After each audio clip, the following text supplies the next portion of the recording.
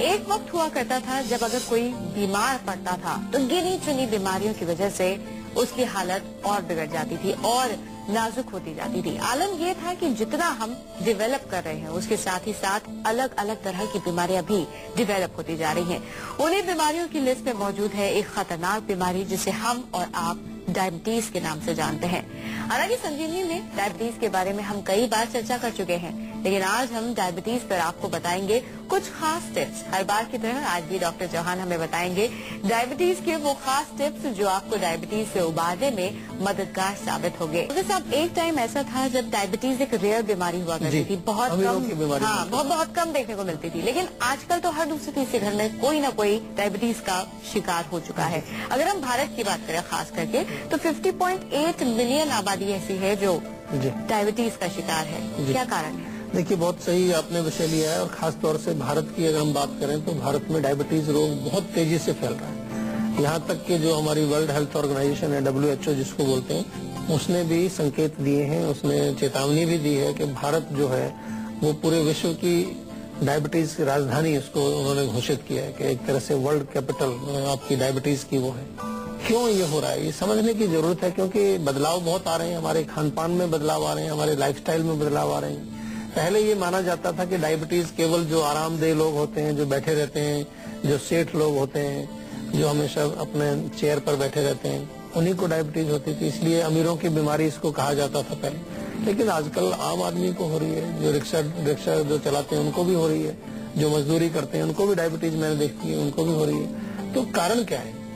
तो मैंने काफी इस पर चिंतन किया, कुछ चीजें सामने आई जो कि आपको मैं समझाना चाहूंगा, क्योंकि हम टेक्निकल बातें तो हर बार करते हैं। डायबिटीज पर हमने पहले भी कई शो किए, उसमें हम कफ की बात करते हैं, वात की बात करते हैं, कुछ खान पान की बात करते हैं, लेकिन कुछ ऐसी चीजें भारत से संबंधित अगर हम देखें, क्या ऐसी विशेष हमारे जीवन शैली में, हमारे भोजन में कौन सी वो चीजें हैं जो एक कारण हो सकती है, जिस पर हो सकता है अभी हमारी जो हेल्थ मिनिस्ट्री है उसका भी ध्यान शायद नहीं गया हो, क्योंकि हम ज्यादातर ढूंढते रहते हैं उन चीजों को जो कि हमारी बुक्स में लिखी हैं, जो हमारी किताबों में लिखी हैं। तो मैंने ऐसा देखा है कि भारत में सबसे पहले जो कारण एक हो सकता है वो है चाय। चाय हर व्यक्ति पीता है भारत में, 2 चाय तो सभी पीते हैं। मेरे को कोई ऐसा व्यक्ति मिलेगा, क्योंकि इतने सारे लोग हमारे साथ आते हैं, कंसल्टेशन करते हैं, हमारे जीवन में रोज हजारों लोग जो है फोन पर भी बातचीत करते हैं, तो हम ये उनसे पूछते हैं कि भाई आप क्या खाते हैं, चाय कितनी बार पीते हैं? तो दो बार चाय तो कॉमन है कम से कम, और 3, 4, 5, 6, 7, 8, 10, 15 बार भी लोग चाय पीते हैं दिन में। और हर चाय में चीनी जरूर डालते हैं। यही नहीं है कि हमारे यहाँ ऐसी प्रथा भी नहीं है कि भाई बिना चीनी की चाय पिए। विदेशों में मैं जाता हूँ तो वहाँ लोग ना दूध डालते हैं ना चीनी डालते हैं, थोड़ा चाय का डिप किया और उसको पी लिया। लेकिन यहाँ पर जब तक तेज चीनी ना हो तब तक मजा नहीं आता। कई बार तो बोलते हैं भैया मीठा जरा अच्छी तरह से डालना, मीठा ठोक के डालना चाय में। तो वो ज्यादा जो मीठा है तो हर चाय में 1 चम्मच चीनी तो जाती है आपकी, तो ये चीनी गई आपकी। दूसरा जो है हमारे यहाँ जो खाने पकाने का जो तेल है उसमें बहुत बदलाव आ गया है। अभी हाइड्रोजनेटेड ऑयल्स हैं, रिफाइंड ऑयल जिनको कहते हैं हम लोग, वो बहुत प्रयोग में आते हैं। पहले जो है आपने अगर याद होगा आपको तो सरसों का तेल, कच्ची घानी का तेल, तिल का तेल, ये प्रयोग होता था। घी का प्रयोग होता था खाना पकाने के लिए, नारियल के तेल का प्रयोग होता था।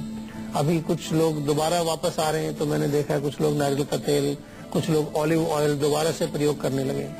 तो वो एक बहुत बड़ा कारण है कि वो चीजें जो है हमारे अंदर जाकर के हमारे जो नॉर्मल सिस्टम्स को डिस्टर्ब करती हैं। अगर हम इसके अलावा देखें कि हमारा जो लाइफस्टाइल है उसमें बहुत ज्यादा हम लोग अभी फिजिकल एक्टिविटी नहीं करते। आपने देखा होगा कि जिस दिन छुट्टी होती है उस दिन तो लोग घर से निकलते ही नहीं है बाहर। कई लोग तो टीवी के सामने ही लेटे रहते हैं दिन भर, वहीं नाश्ता आ जाता है, वहीं लंच आ जाता है। तो मूवमेंट नहीं है, एक्सरसाइज नहीं है, स्पोर्ट्स नहीं है, कोई ऐसी एक्टिविटी नहीं है फिजिकल जिससे कि हम करें। चावल का प्रयोग हमारे यहाँ भारत में बहुत कॉमन है। आप देखो तो कुछ एरिया ऐसे हैं भारत में जहाँ पर के 2 बार चावल या 3 टाइम चावल ही खाया जाता है। और चावल में भी बदलाव आ गया है। पहले जो चावल होता था, हमें याद है बचपन में जो चावल आता था घर में, तो वो थोड़ा पीले रंग का होता था और बड़ा जो है कभी कभार थोड़ा ब्राउन कलर के चावल भी आते थे। आजकल जिसको ब्राउन राइस कहते हैं, बड़ा पॉपुलर हो गया वो। पहले ये कॉमनली यही जो है वैरायटी प्रयोग होती थी। आजकल चावल जो है रिफाइंड आ गया है। तो रिफाइंड और पॉलिश्ड जो चावल है वो नुकसान करता है आगे अंदर जाकर के। इसके अलावा देखें तो आलू बहुत खाते हैं हमारे लोग, आलू में भी स्टार्च की मात्रा काफी है, आलू का सेवन ज्यादा करने से भी प्रॉब्लम होती है। और मेंटल और इमोशनल स्ट्रेस भी एक बहुत बड़ा कारण है। हमारे यहाँ मानसिक तनाव भी बहुत ज्यादा बढ़ता जा रहा है। जैसे जैसे हम इकोनॉमिक ग्रोथ की तरफ जो है बढ़ रहे हैं, इकोनॉमिक ग्रोथ हमारी हो रही है, बहुत सारी चीजें हमको उसके अकॉर्डिंगली एडजस्ट करनी पड़ेंगी, अपने लाइफस्टाइल, अपना भोजन, नहीं तो हम जो है और ज्यादा रोगों के शिकार होते चले जाएंगे। तो ये मैं समझता हूँ कि मुख्य कारण है जो कि डायबिटीज को बढ़ावा देने में सहायक है। महाराष्ट्र से एक दर्शक जुड़ गए हैं। दिलीप जी, स्वागत है आपका, अपना सवाल करें। जी नमस्कार जी, डॉक्टर साहब मैं दिलीप बात कर रहा हूँ। जी नमस्कार जी सर, मेरे मोस्टली ज्यादातर क्या है, आते सर में दर्द रहता है। अच्छा, कब से है दर्द ये? तो ये 1 महीने करीब हो गया है। बस केवल 1 महीना हुआ है? हाँ जी, अभी स्टार्ट है। अच्छा, तो कोई बड़ी बात नहीं, घबराने वाली कोई बात नहीं। एक तो पित्त वाली चीजें मत खाइए आप, बहुत ज्यादा तीखी चीजें जो होती हैं, एसिड वाली चीजें, दही भी उसमें आता है, खटाई, कोई किसी प्रकार की खटाई, टमाटर वाली खटाई हो, टमाटर की ग्रेवी हो, वो मत खाइए ज्यादा। चाय, कॉफी, स्मोकिंग, अल्कोहल, ये कुछ दिन के लिए बंद कर दीजिए। रोग अभी 1 महीने पुराना है, तो मैं नहीं समझता कि अभी आगे और बढ़ेगा ये। यहीं पर इसको ठीक करना बहुत जरूरी है। नाक में रात को सोते समय थोड़ा सा देसी घी ले लीजिए, 5-6 बूंद, उसमें 2-3 तिनके केसर के मिला के थोड़ा रगड़ लीजिए उसको। केसर को निकाल के अलग से आप प्रयोग कर सकते हैं। उस घी को नाक में आप डालिए, 3-3, 4-4 बूंद दोनों तरफ उसको डाल लीजिए। और बादाम का सेवन आप करना शुरू करिए, थोड़ा सा आपके मस्तिष्क को भी ठीक रखेगा, आपके जो नर्व्स हैं उनको ताकत मिलेगी। 5-6 बादाम रोज रात को आप भिगो दीजिए पानी में, सुबह छिलका उतार के चबा करके उनको खाइए, या उनको पीस करके 1 गिलास दूध में उबाल करके आप सेवन कर सकते हैं। ये जरूर शुरू करिए। साथ में थोड़ी आयुर्वेदिक औषधि आप लेना प्रारंभ कर दीजिए। रोग बहुत पुराना नहीं है, तो 2-3 महीने अगर आप दवाई खाएंगे तो उससे आपको रिलीफ मिलेगा। दवाई लेनी बहुत जरूरी है। ऐसा मत समझिए कि आप केवल ये थोड़ा घरेलू नुस्खे कर लेंगे तो इसी से बिल्कुल ठीक हो जाएगा। इससे आपको लाभ होगा, आराम जरूर मिलेगा, लेकिन क्योंकि रोग आपका है, आधे सिर में दर्द होता है, डॉक्टर के पास जाएंगे तो माइग्रेन इसको बोलेंगे। और माइग्रेन एक रोग ऐसा है कि जिसका उपचार तो है, आयुर्वेद में इलाज है, लेकिन इतना साधारण भी नहीं है, इसमें टाइम लगता है। इसलिए आपको मैं ये कह रहा हूँ कि बिफोर द रोग बिकम्स टू ओल्ड, आपकी बीमारी इतनी पुरानी ना हो जाए, उससे पहले आप उसका इलाज शुरू कर दीजिए। जम्मू से हमारे साथ एक दर्शक जुड़ गए हैं। रोहित जी, स्वागत है आपका, अपना सवाल करें। हाँ जी, बोलिए, क्या प्रश्न है आपका? सर मेरे को भूख नहीं लगती बिल्कुल भी। भूख बिल्कुल ही नहीं लगती है? हाँ जी सर। तो खाना थोड़ा बहुत तो खाते होगे ना? थोड़ा बहुत खाते हैं, 1 रोटी, फिर उसमें पेट भर जाता है, भूख नहीं लगती, मतलब 1 ही रोटी खाई जाती है। कब से हो रहा है ये प्रॉब्लम आपको? सर 3-4 महीने से हो रहा है। आपने कोई टेस्ट वेस्ट किया कि नहीं अभी? हाँ जी। कोई लिवर का टेस्ट कराया कि नहीं अभी? हाँ सर कराया, तो लीवर की भी बताई थी उसमें। लिवर कुछ खराब बताया? हाँ जी। देखिए, अगर लिवर में प्रॉब्लम होती है तो भूख ना लगना एक सिंपल सा स्वाभाविक उसका लक्षण होता है। और लिवर को ठीक करने के लिए आयुर्वेद में तो बहुत सारी औषधि हैं, और 3-4 महीने से आपको प्रॉब्लम है, अभी तक आपने आयुर्वेद का प्रयोग नहीं किया है। एक तो मैं आपको थोड़ा सा बताना चाहूंगा कि पपीता आप सेवन करें। पपीता जो है वो पाचन, हमारे जो एंजाइम्स हैं, पाचक एंजाइम्स, उनको जो है रसों को बढ़ाता है। उसमें भी कुछ ऐसे पाचक रस होते हैं, तो उससे आपको भूख भी लगेगी, खाना भी पचेगा। पपीते पर चाहे तो थोड़ा सा भुना हुआ जीरा, थोड़ा सा काला नमक या सेंधा नमक और नींबू निचोड़ लें थोड़ा। वो पपीता रोज आप दिन में खाएं, एक बार तो जरूर खाएं, उससे आपको कुछ लिवर में आराम आना शुरू होगा। आज हम बात कर रहे हैं डायबिटीज की। आखिरकार डायबिटीज जब हो जाती है तो हमें कैसे पता चले कि हमें डायबिटीज हो चुकी है? क्या है इसके लक्षण, आइए जानते हैं। डॉक्टर साहब, इसके सिम्टम्स क्या है? हम कैसे पहचाने कि हमको डायबिटीज हो गई है? देखिए, डायबिटीज में कई लक्षण है। मुख्य रूप से आपको जो विजन है उसमें कई बार धुंधलापन आ जाता है। जब आप देखते हैं तो धुंधलापन आंखों में आता है। गले में जो है सूखा रहता है, गले में बहुत तेज जो है लगता है कि पानी पीने की आवश्यकता है। शरीर में कमजोरी आ जाती है। कभी कभार लोगों को जो है ऐसा भी देखने को मिलता है कि कुछ उनको थोड़ा बहुत बेहोशी, चक्कर टाइप के भी आने लगते हैं। और इसके अतिरिक्त जो है आपको सिर में दर्द होना, शरीर में एक विशेष प्रकार की जो है एक वेदना, वो भी एक इसका लक्षण है। और डायबिटीज में आप देखेंगे कि अगर कई लोगों को यूरिन से रिलेटेड भी प्रॉब्लम्स हो जाती है कि उसको बार बार पेशाब जाना, और पेशाब में किसी प्रकार का कई बारी कुछ जो सफेद रंग का कुछ जाना, उसमें साथ में प्रोटीन टाइप का कुछ जाता है, ये भी उससे संबंधित एक रोग का एक लक्षण हो सकता है। और इसके अतिरिक्त आप टेस्ट कराएंगे तो आपको उसमें डेफिनेटली आएगा। पैरों में जलन होना, हथेलियों में जलन होना, ये भी लक्षण कई लोग बताया करते हैं। तो ये लक्षण अगर आपको दिख रहे हैं, कमजोरी आ रही है, वेट लॉस कई लोगों को हो जाता है डायबिटीज की वजह से, अगर ये लक्षण आपको दिख रहे हैं तो एक बार जरूर चेकअप कराना चाहिए। और आजकल हम आपको बताते हैं कि आजकल सुविधाएं हैं, जैसे शरीर में आपको किसी प्रकार के कोई लक्षण है जो कि एबनॉर्मल दिख रहे हैं, आपको नॉर्मल नहीं है वो, तो कुछ छोटा मोटा चेकअप जरूर कराना चाहिए। कुछ मुख्य टेस्ट हमारे ऐसे हैं कि वो आसानी से हो जाते हैं, उनमें कोई ज्यादा ऐसा मुश्किल कार्य नहीं है, खून लेकर के उनसे जांच हो जाती है, उससे आपको कई चीजें मालूम चल जाती है। तो जैसे कि डॉक्टर साहब ने कहा कि कुछ तरीके ऐसे हैं जिनको कर आप अपनी बीमारी जो है उसको दूर कर सकते हैं, तो आइए हम उन तरीकों को जानने की कोशिश करते हैं कि आखिरकार कौन से ऐसे टिप्स हैं आयुर्वेद के जिन्हें अपनाकर हम डायबिटीज की बीमारी को दूर कर सकते हैं। यानी कि चलिए बात अब कर लेते हैं आज की संजीवनी की। तो डॉक्टर साहब, यदि हम आज की संजीवनी की बात कर रहे हैं, कौन से खास आसान टिप्स आप हमें बताने वाले हैं डायबिटीज को दूर भगाने के लिए? देखिए, सबसे पहले तो जैसे हमने कारणों को जिक्र किया, तो हम हमेशा कहते हैं कि कारण को हटाइए। अगर आप चाय बहुत ज्यादा पीते हैं और मीठा डाल करके पीते हैं, उसको आप जरूर जो है, मैं तो कहूंगा कि चाय का कोई फायदा ही नहीं है, चाय तो बंद ही कर दीजिए।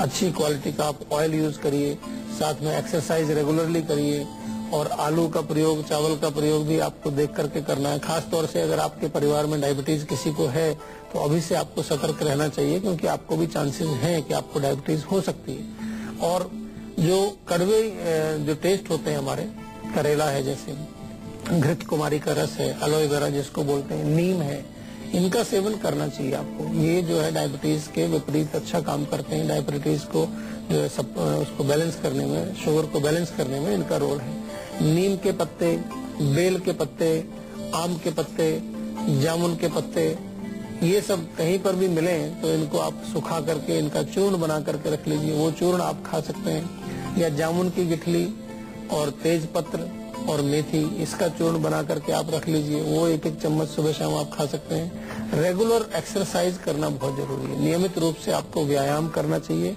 कम से कम 30-40 मिनट वॉकिंग करें, थोड़ा सा 15-20 मिनट आप प्राणायाम, योगासन वगैरह कुछ करें, उससे भी बहुत फर्क पड़ता है। और बहुत महत्वपूर्ण है कि थोड़ा सा समय जो है अपने परिवार के साथ बिठाएं, आप बैठे उनके साथ बैठ करके खेलें कुछ, या कुछ आउटडोर गेम्स खेलें, कुछ पार्क में जाएं, थोड़ा उनके साथ समय बिताएं। ऐसा नहीं कि अकेले टीवी के सामने बैठे रहें, तो उससे इमोशनल प्रॉब्लम्स बहुत हो जाती है, मेंटल प्रॉब्लम्स बहुत हो जाती है, उसके करके भी हमारे हार्मोन्स में चेंजेस आ जाता है। डायबिटीज के बहुत सारे पेशेंट ऐसे होंगे जो ये जानना चाहते होंगे कि आखिरकार उन्हें किस चीज का सेवन करना चाहिए, किस चीज का नहीं, कौन से परहेज है जो करने चाहिए। तो डॉक्टर साहब, कौन सी ऐसी खास बातें हैं जिनका वो लोग ख्याल रखें? देखिए, बहुत इम्पोर्टेंट तो यही है कि मीठी चीजें बिल्कुल बंद कर दीजिए। मिठाई, चीनी या बहुत ज्यादा जो स्टार्च या कार्बोहाइड्रेट जिसमें ज्यादा हो, उसका, जैसे कि हम चावल और आलू को भी इसमें काउंट करते हैं, तो उनका परहेज करना चाहिए। ऐसी चीजें भी ना खाई जाएं जो बहुत देर से पचती हैं, हैवी होती हैं, राजमा है, उड़द की दाल, इनको भी थोड़ा सा आपको ध्यान से खाना चाहिए। और सबसे इम्पोर्टेंट है कि डायबिटीज में डाइट के साथ साथ आपको एक एक्सरसाइज का प्लान भी बनाना चाहिए। एक्सरसाइज जो लोग नहीं करते, आरामदेह रहते हैं, सेडेंटरी रहते हैं, उनको भी बहुत ज्यादा नुकसान होता है। और ये मत सोचिए कि आपको एक बार डायबिटीज हो गई है तो अभी बस अब कुछ नहीं हो सकता। इसमें बहुत इम्पोर्टेंट है उसको मेंटेन रखना, ब्लड शुगर को सबसे पहले कंट्रोल करना, चाहे किसी भी तरह से आपको करनी पड़े, क्योंकि अगर शुगर आपकी कंट्रोल नहीं रहेगी तो बॉडी में कई प्रकार के डैमेज करेगी वो। और अगर कंट्रोल भी आपकी शुगर है तो भी आपको कुछ आयुर्वेदिक औषधियां साथ में लेनी चाहिए रिजुविनेशन के लिए, ताकत के लिए, धातुओं की पुष्टि के लिए आपको कुछ न कुछ जरूर लेना चाहिए, क्योंकि धातुओं का नष्ट होना डायबिटीज का एक स्वाभाविक लक्षण है, बिल्कुल उसका आम लक्षण है, और ये हमारे शरीर के धातुओं को नष्ट करती है। तो इसलिए पोषण चाहिए, न्यूट्रिशन चाहिए। आयुर्वेद में कई प्रकार के रसायन, जिनको हम कहते हैं रिजुविनेटिंग फॉर्मुलेशंस हैं, उनको जरूर लेना चाहिए। हर डायबिटीज के पेशेंट को आयुर्वेदिक दवाई आवश्यक लेनी चाहिए, बहुत इंपॉर्टेंट है। नहीं तो एक दिन आपको पता चलेगा कि आपका कुछ भयंकर नुकसान हो गया शरीर के अंदर, then it is too late. चलिए बात कर लेते हैं अब संजीवनी टिप्स की, जिसमें डॉक्टर साहब आपको बताएंगे हींग की ढेर सारी खूबियां। तो आइए जानते हैं कि आखिरकार कौन से हैं आज के डॉक्टर टिप्स। डॉक्टर साहब, हींग के बारे में कहावत भी है, और हींग खाने से कहते हैं कि जो हमारा हाजमा है वो ठीक हो जाता है खाना खाने के बाद। और क्या इसके फायदे हैं, और कौन से डॉक्टर टिप्स?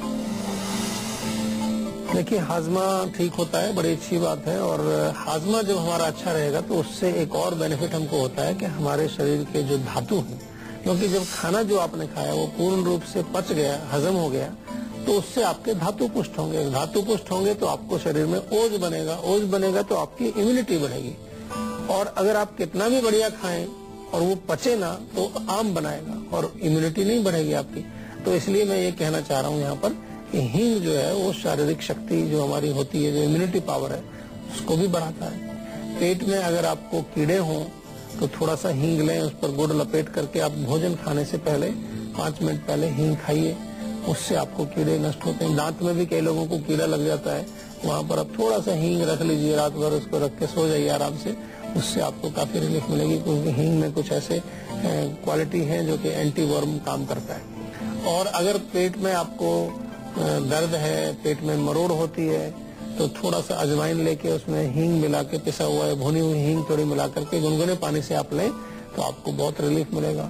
आपको अफारा होता है, गैस होती है, कब्ज रहता है, उसके लिए भुनी हुई हींग लें, थोड़ी सी चुटकी भर, और उसमें 1 चम्मच भुनी हुई काली हरड़ जो होती है, छोटे वाली हरड़, उसका पाउडर ये मिला करके आप लें तो आपको बहुत रिलीफ मिलेगा।